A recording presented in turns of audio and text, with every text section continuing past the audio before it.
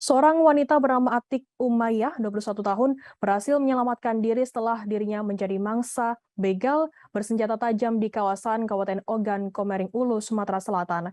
Atik merupakan seorang mahasiswi Universitas Batu Raja, Sumatera Selatan, mengendarai sepeda motor Honda Vario bernomor polisi BG 5245 VA.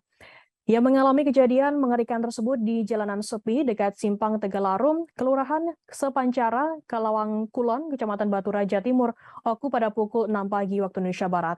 Atik saat itu memang berangkat pagi karena akan melaksanakan PPL di SMPN 23 Oku di Kelurahan Kemelak Bindung Langit, Kecamatan Batu Raja Timur.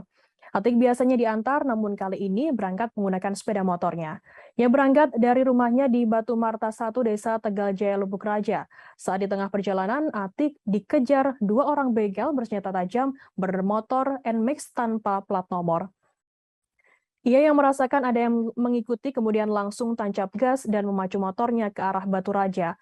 Aksi kejar-kejaran tak terelakkan antara Atik dengan dua begal tersebut. Atik mulanya agak lega lantaran kendaraan pelaku sudah tak terlihat lagi di kaca spion. Namun tak berselang lama kedua pelaku muncul lagi dan pelaku berhasil menyusul sepeda motor korban. Bahkan pelaku juga sempat mengetuk helm Atik menggunakan senjata tajam yang dibawa sambil mengancam korban. Atik yang bersikeras menyelamatkan diri ini sempat oleng hingga menabrak.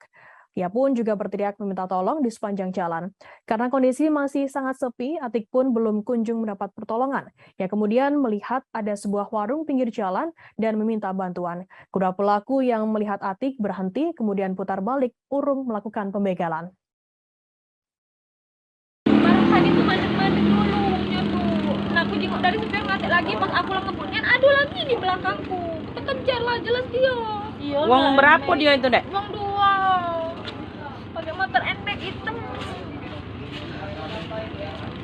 Tadi ku jenguk ikan dari sana ngatik lagi, uangnya nyala langsung ngebut aku.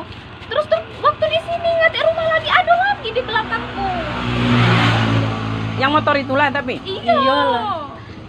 Kalau ada kawannya maksudku kan, lah nyetop di Tadi depan. ini nah pesonya di sini lah tadi tuh nah.